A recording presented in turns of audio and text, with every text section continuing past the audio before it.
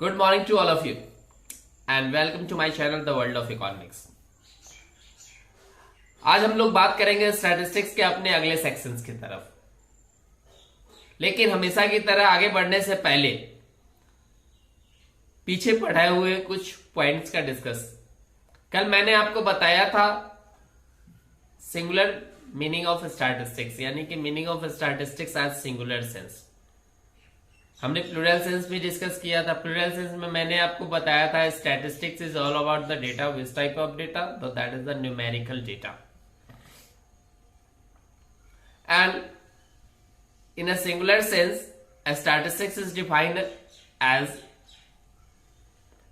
The techniques और methods of collection, organization, presentation, interpretation and analysis of data। हमने हर एक term को बड़ी छोटे छोटे पॉइंट्स में हमने डिस्कस किया था ताकि आपको समझने में कठिनाई ना हो। हमने यह बताया था कलेक्शन ऑफ डेटा क्या होता है, gathering information, organization of data that means the arrangement of information और the data, presentation of data क्या होता है, तो एग्जीबिशन ऑफ डेटा कैसे करना चाहिए, तो इस तरह से ताकि इजीली अंडरस्टैंडेबल हो एंड ठीक है क्लियर हो।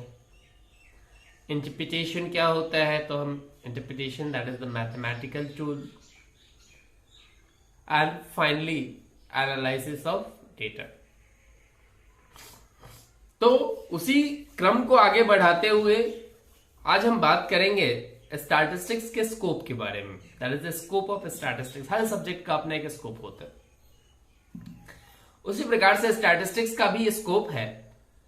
और scope of statistics is studied under nature of statistics, subject matter of statistics and limitation of statistics. सबसे पहला जो है वो है नेचर ऑफ स्टैटिस्टिक्स। आपको याद होगा मैंने माइक्रो इकोनॉमिक्स या इंट्रोडक्टरी जब इकोनॉमिक्स की क्लासेस मैंने ली थी तो उसमें मैंने बताया था नेचर ऑफ इकोनॉमिक्स के बारे में। आई होप अगर आपको याद हो, उसमें मैंने बताया था कि economics is both science and art, और मैंने वहां पर क्लियरली डिफाइन किया था कि साइंस क्या होता है और आर्ट क्या होता है। अगर नहीं याद हो है कोई बात नहीं, चलिए हमारा काम है क्या, बार बार रिवाइज करवाना। साइंस का मैंने बताया मतलब कि किसी भी सब्जेक्ट के थ्योरेटिकल पार्ट को जो बेस्ड ऑन प्रिंसिपल्स है, थ्योरीज है, ठीक है, परसेप्शंस है, कॉन्सेप्ट्स हैं, नॉलेज है, स्किल है, ठीक है, स्किल, ये जो उसका थ्योरेटिकल पार्ट है वह उसका साइंस पार्ट कहलाता है। यानी कि स्टैटिस्टिकल जो टेक्निक्स हैं, लॉज हैं, ठीक है, या बहुत सारे टूल्स हैं, these are the scientific part of statistics. But on the other hand, different people use these parts or techniques in different manners.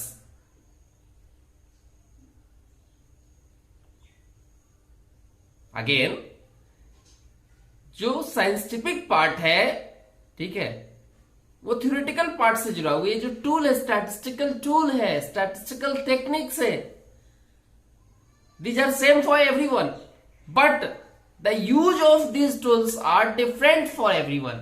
Different people use these terms in different manners and get different results. किसी का ज्यादा effective है, किसी का कम effective है, but they are using same type of statistics and statistical tool. That means there is something different for them. They are using some different way, behavior, showing different behavior different skill, experience, knowledge तो वही है, but the way of presenting जो है, the way of utilising जो है वो अलग है. That's why they are effective. और जो सही स्किल का, नॉलेज का, एक्सपीरियंस का इस्तेमाल नहीं करना जानते हैं, that is not effective. Suppose कीजिए बहुत सारे टीचर्स हैं, हम भी हैं और सारे लोग भी हैं, they are teaching same term. Economics बदलेगा नहीं, इकोनॉमिक्स सारे स्कूल्स में वही होंगे, सारे टीचर्स वही इकोनॉमिक्स पढ़ाएंगे जो आपको पढ़ना है. लेकिन कुछ की क्लासेस इफेक्टिव लगती है, कुछ की क्लासेस इफेक्टिव नहीं लगती है, चाहे जिसकी भी हो. ये मैं नहीं बताऊंगा कि किसकी है इफेक्टिव और किसकी नहीं है. वो डिपेंड करता है the way in which he is representing. किस तरीके से शिक्षक उसे प्रस्तुत कर रहा है. पढ़ाना तो वही है. मैं जो नेचर ऑफ स्टैटिस्टिक्स पढ़ाऊंगा वही नेचर ऑफ स्टैटिस्टिक्स और टीचर्स भी पढ़ाएंगे, बट डिफरेंट थिंग्स यही होगा कि हमारा अप्रोच अलग होगा, दूसरे का अप्रोच अलग होगा. जिसका अप्रोच बेहतर होगा, जो अपने स्किल का यूज ज्यादा करेगा, जो अपने एक्सपीरियंस का यूज ज्यादा करेगा, ठीक है, उसका अप्रोच मोस्ट इफेक्टिव होगा. अदरवाइज कहानी तो सब लोग कहते हैं, हम भी कहते हैं और लोग भी कहते हैं. आप समझिए इस चीज को. तो कहानी जरूरी नहीं है, जरूरी है समझ. उस समझ को डेवलप करना होगा. ठीक है. तो आई होप आपने इसे समझा होगा कि जो साइंटिफिक पार्ट है वो उसका थ्योरेटिकल कॉन्सेप्ट है, एंड द जो आर्ट पार्ट है वो उसका प्रैक्टिकल और बिहेवियरल पार्ट है. तो स्टैटिस्टिक्स के लिए साइंटिफिक पार्ट भी जरूरी है और उसका बिहेवियरल यानी कि आर्ट्स पार्ट भी जरूरी है. यानी कि टेक्निक्स भी सीखना है और टेक्निक्स को यूज कैसे करना है वह भी यूज कर मतलब सीखना है. तो therefore statistics is both science and art. अब the second one is the subject matter of statistics, यानी कि what are the things which studied under statistics. तो देखिए यहां पर बहुत सारे अलग अलग बुक्स ने अलग अलग तरीकों से इसको डिफाइन किया.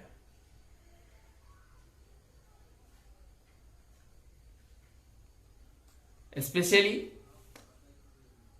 स्टैटिस्टिक्स में जो सब्जेक्ट मैटर है, एक तो उसका डिस्क्रिप्टिव स्टैटिस्टिक्स है, यानी कि one part is descriptive statistics and other is the applied statistics or inferential statistics. Inferential descriptive statistics का मतलब under the descriptive statistics we study the various methods of statistics. That is the collection of data, organization of data, presentation of data, and interpretation as well as analysis of data. This is the descriptive statistics. ठीक है. But on the other hand, applied statistics means, or inferential statistics means application, way, laws, principles on which we conclude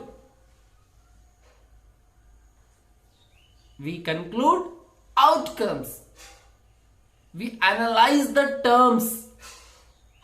यानी कि applied यानी कि statistics की सहायता से how to solve problems, how we solve, ठीक है, problem, how we will solve problems. तो यहां पर दोनों को समझ लेना है कि जो डिस्क्रिप्टिव है वो बेसिक स्टैटिस्टिक्स है जो इनिशियल फेज के लिए, बट जो अप्लाइड स्टैटिस्टिक्स है वो क्या है, वो एडवांस लेवल की है। हम स्टैटिस्टिक्स की सहायता से प्रॉब्लम सॉर्ट आउट कैसे करेंगे, यह हमारा है अप्लाइड स्टैटिस्टिक्स या इन्फरेंशियल स्टैटिस्टिक्स। अब जो हमारा सेकेंड वन थर्ड वन जो पार्ट था under the scope of statistics, that is the limitation. Her subject की अपनी लिमिटेशन होती है, खासियत होती है तो लिमिटेशंस भी होती है, अच्छाई होती है तो बुराई भी होती है। दुनिया में ऐसा कोई नहीं है जो यह कह दे कि मुझ में तो कोई बुराई ही नहीं है। अच्छाई है तो बुराई होगी ही होगी, चाहे थोड़ी हो चाहे बहुत हो। तो हर सब्जेक्ट जितना अपने आप में खूबसूरत होता है, इंपॉर्टेंट होता है, उसमें कुछ न कुछ थोड़ा बहुत लिमिटेशंस भी होता है। तो स्टैटिस्टिक्स भी बहुत बेहतर टूल है इकोनॉमिक्स पढ़ने का, बहुत हेल्पफुल होता है इकोनॉमिक्स में। इकोनॉमिक्स में क्या, हर एक सब्जेक्ट में स्टैटिस्टिक्स का इस्तेमाल है। जब हम बात करेंगे इंपॉर्टेंस की तब उसमें डिस्कस करेंगे। तो इसका जब वेरियस इस्तेमाल है, बहुत वेरियस फीचर्स है इसके, तो इसके लिमिटेशंस भी हैं, और लिमिटेशंस कहीं दूर से नहीं आते हैं, आपकी अच्छाई से ही आपकी कमियां दिखती है। ठीक है, उस अच्छाई में ही कहीं ना कहीं कमियां निकल जाती है। ऐसा नहीं कि कमी सेपरेटली किसी के चेहरे में झलकता है, नहीं, वो सेपरेटली नहीं झलकता है।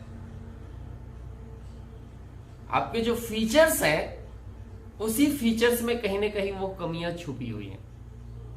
आप एक्सेप्ट कर लो तो अच्छी बात है, नहीं करोगे तो ठीक है, देखो कभी न कभी तो आपको पता चल ही जाएगा। तो देखिए, हमने फीचर्स ऑफ स्टैटिस्टिक्स में कहा था statistics study numerical facts only.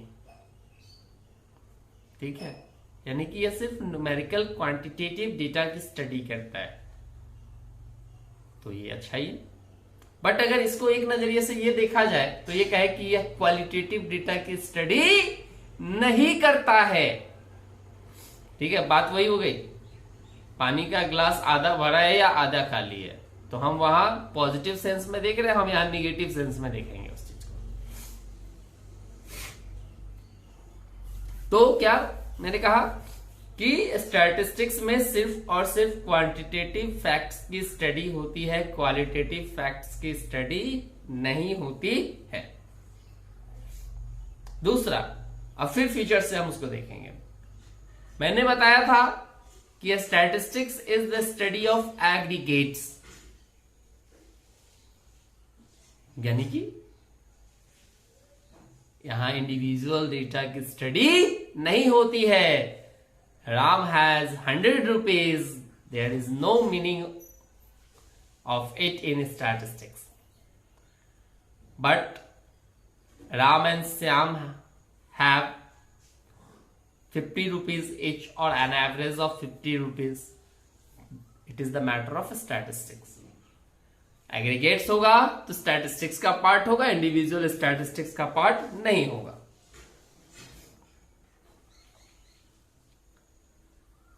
तीसरा कंडीशन कहता क्या है कि स्टैटिस्टिक्स में होमोजीनिटी होनी चाहिए, जो डेटा होंगे वो होमोजीनियस डेटा ज्यादा जरूरी है, एक समान समरूप एक दूसरे से मिलते जुलते याद हो। ये भी फीचर्स था कि data are interrelated and comparable, यानी कि एक दूसरे से, जैसे मैंने एग्जांपल भी बताया था कि सीता की उम्र 20 वर्ष है, राम का वजन 40 kg है, ठीक है, और मोहन के पास 100 रुपए है। तो ये क्या है, सब सारे इंडिविजुअल है, stand alone, there is no interrelation या रिलेशन बिटवीन देम। तो statistical data must be interrelated, यानी कि होमोजीनियस होने चाहिए, उसमें कुछ न कुछ समानता पाई जानी चाहिए, समरूपता पाई जानी चाहिए। अगर ऐसा नहीं है तो स्टैटिस्टिक्स का यूज करना बड़ा ही कठिन टास्क होगा। ठीक है, जितना ज्यादा उसमें हेट्रोजीनिटी या हेट्रोजीनियस डेटा होता चला जाएगा उतनी ही ज्यादा कठिनाइयां बढ़ती चली जाएगी। चलिए नेक्स्ट वन। अब जो स्टैटिस्टिकल रिजल्ट्स होते हैं वो आप एवरेज पे ट्रू कह सकते हैं, इंडिविजुअल पे आप ट्रू नहीं कर सकते हैं। इंडिविजुअली अगर जैसे मान लिया जाए कि हमने क्या किया कि क्लास 11 के बच्चों का एवरेज मार्क्स निकाला, एवरेज मार्क्स हमारा 80 आया। अब 80 का मतलब सिर्फ एवरेजली यह कह सकते हैं कि मैक्सिमम बच्चों का मार्क्स एवरेज के आसपास है, लेकिन ऐसा अगर इंडिविजुअली अगर उसको देखा जाए तो किसी का हो सकता है 95 हो, किसी का 10 भी हो, 20 भी हो, 25 भी हो, 50 भी हो, तो एवरेज पे तो वो ट्रू रिजल्ट है। लेकिन अगर इंडिविजुअली अगर उसको हम मिला के देखें तो फिर वो रिजल्ट क्या हो जाएगा, फॉल्स हो जाएगा। ठीक है, तो जरा सा ये बातों का भी दिखा देना है। अब स्टैटिस्टिक्स में बहुत बड़ी लिमिटेशन है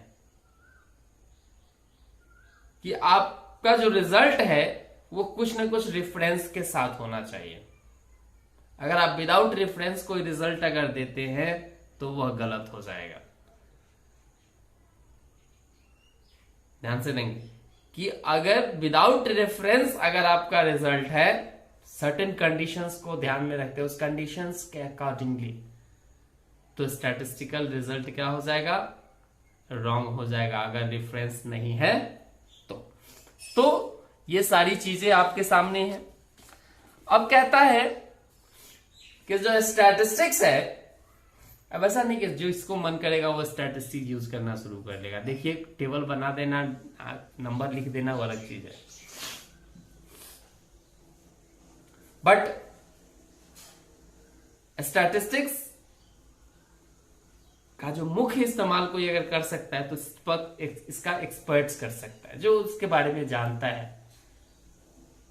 those who are knowing about data statistics, those who are experts, ठीक है, they can use statistics in simpler manner. Layman को क्या चाहिए, आउटकम चाहिए। हमें उस आउटकम प्रोसेस क्या हो रहा है उससे क्या मतलब है, आप समझो। हम फाइनल यूजर से हमको आउटकम चाहिए, ठीक है, तो ये चीज। और लास्ट वन जो बहुत बड़ी लिमिटेशन है, प्रोन टू मिसयूज। डेटा जितना आसान है, जितना हमारे लिए फायदेमंद है, अगर वह गलत हाथों में लग गया तो फिर आप सोच नहीं सकते हो कि आपके साथ क्या होगा। अब आप इसको समझे जरा। अभी हाल फिलहाल में जो लॉकडाउन का पीरियड चल रहा है, इसमें बहुत सारे लोगों का फेसबुक अकाउंट हैक हो जा रहा है, और उस फेसबुक अकाउंट से उसका डेटा वो चोरी कर रहा है। डेटा चोरी करने ही इतना ही नहीं कर रहा है, उसके जो क्लोज दिख रहे हैं उस क्लोज लोगों के साथ वो संपर्क साधता है, using messenger, video calling, audio calling, जिस तरीके से, और पैसे की डिमांड करता है इस तरीके से जैसे कि आपका अगर कोई क्लोज होगा तो आप बिना सोचे समझे ट्रांसफर कर दोगे। ठीक है, नंबर हैक कर ले रहा है।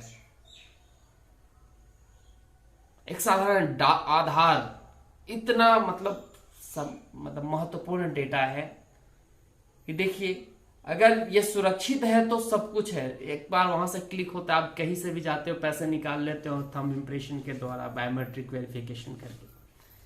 कोई भी बैंक है, कहीं भी बैंक है, कोई फर्क नहीं पड़ता है। सोचो अगर ये आधार में आपका हर चीज से आधार जुड़ा हुआ है, पैन से जुड़ा हुआ है, ठीक है, राशन कार्ड से जुड़ा हुआ है, बैंक से जुड़ा हुआ है, ठीक है, डीएल से जुड़ा हुआ है, आरजी से जुड़ा हुआ है, हर चीज से आधार, इंश्योरेंस से जुड़ा हुआ है, सोचो अगर एक आधार का डेटा अगर लीक कर जाए या आधार का डेटाबेस अगर कोई हैक कर ले तो उस दिन क्या होगा। तो statistical data it must be secured.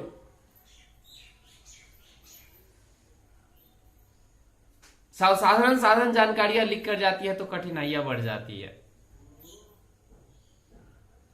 अक्सर आप सुनते होंगे हमारे नंबर पर कहीं से फोन आ गया, कहीं से फोन आ गया, परेशान करता है। कैसे? कहीं ना कहीं से वो डाटा वो चोरी किया है ना, चाहे जहां से भी वो चोरी किया हो। तो ये है प्रोन टू मिसयूज। डेटा जितना फायदेमंद है, जितना सुविधाजनक है, अगर वो गलत हाथों में लग गया तो उसके ढेरों नुकसान है। चलिए, ये रहा हमारा लिमिटेशंस। अब कमियों की कमी नहीं है, अच्छाइयों के जिस प्रकार कमी नहीं है उस प्रकार से कमियों की भी कमी नहीं है, लेकिन हम कुछ मुख्य कमियों की बात की है। अब हम आज क्या सीख लिए? तो आज हमने पढ़ा स्कोप ऑफ स्टैटिस्टिक्स, जिसमें हमने नेचर ऑफ स्टैटिस्टिक्स को डिस्कस किया, सब्जेक्ट मैटर ऑफ स्टैटिस्टिक्स को डिस्कस किया, as well as limitation of statistics को डिस्कस किया। तो ये छोटा सा एक पार्ट था, इसे आप बहुत बारीकी से कल पढ़ेंगे, समझेंगे, देखेंगे आज, और फिर हम नेक्स्ट क्लास आपके सामने जब लेकर आएंगे तो फिर एक नए रूप में लेकर आएंगे। मैंने कल भी बताया था कि मैं जल्द ही आपके साथ ऑनलाइन जुड़ूंगा। मैं फिर से आश्वस्त होकर कहता हूं कि हो सके तो 1-2 दिनों के भीतर मैं आपके साथ ऑनलाइन जुड़ूं। मेरी कोशिश जारी है कि आपके साथ ऑनलाइन जुड़ूं और 2-वे इंटरेक्शन क्लास चले। अब भी एकदम फेस टू फेस आप उनसे सवाल कर सकते हैं। चलिए, बस आज के लिए इतना ही रहने देते हैं। तब तक के लिए आप घर पे रहें, सुरक्षित रहें, टेक केयर एंड बाय।